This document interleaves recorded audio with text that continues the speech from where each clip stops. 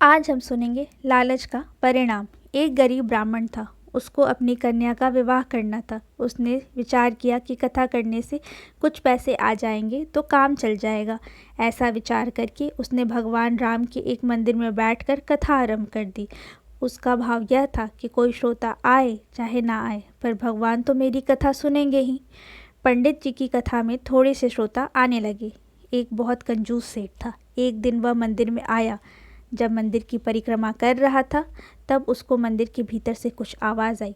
ऐसा लगा कि दो व्यक्ति आपस में कुछ बात कर रहे हैं। सेठ ने कान लगाकर सुना। भगवान राम हनुमान जी से कह रहे थे कि इस गरीब ब्राह्मण के लिए 100 रुपये का प्रबंध कर देना, जिससे कन्यादान ठीक से हो जाए। हनुमान जी ने कहा, ठीक है महाराज, इसको 100 रुपये पैदा हो जाएंगे। सेठ ने यह सुना तो वो कथा समाप्ति के बाद पंडित जी से मिला और उनसे कहा कि महाराज, कथा में रुपए पैदा हो रहे हैं कि नहीं। पंडित जी बोले, श्रोता लोग बहुत कम आते हैं, रुपए कैसे पैदा हों। सेठ ने कहा, मेरी एक शर्त है, कथा में जितने रुपए आए वह मुझे दे देना, मैं आपको 50 रुपये दे दूंगा। पंडित जी ने शर्त स्वीकार कर लिया। उन्होंने सोचा कि कथा में इतने रुपए तो आएंगे नहीं, पर सेठ जी 50 रुपये दे ही देंगे। पुराने ज़माने में 50 रुपये भी बहुत ज़्यादा होते थे। इधर सेठ की नीयत यह थी कि हनुमान जी भगवान की आज्ञा का पालन करके इसको 100 रुपये ज़रूर दिलाएंगे। वे 100 रुपये मुझे मिल जाएंगे और 50 रुपये मैं इसे दे दूँगा, तो बाकी के बचे 50 रुपये मुझे पैदा हो जाएंगे।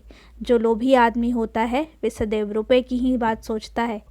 इसलिए भगवान और हनुमान जी की बात सुनकर भी सेठ में भगवान के प्रति भक्ति उत्पन्न नहीं हुई, उल्टे उसने लोभ को ही पकड़ा। कथा की पूर्णाहुति होने पर सेठ पंडित जी के पास आया और आशा की कि आज तो 100 रुपये भेंट में आए ही होंगे। पंडित जी ने कहा, भाई आज तो भेंट में बहुत ही थोड़े आए, बस 5-7 रुपये ही आए। सेठ बेचारा क्या करे। उन्होंने वायदे के अनुसार पंडित जी को 50 रुपये दे दिए। लेने के देने पड़ गए। सेठ को हनुमान जी पर बहुत गुस्सा आया। उन्होंने पंडित जी को 100 रुपये नहीं दिए और भगवान के सामने झूठ बोला। वह मंदिर के अंदर गया और हनुमान जी की मूर्ति पर घूंसा मारा। घूंसा मारते ही सेठ का हाथ मूर्ति से चिपक गया। अब सेठ ने बहुत जोर लगाया पर हाथ छूटा नहीं। जिसको हनुमान जी पकड़ ले वह कैसे छूट सकता है।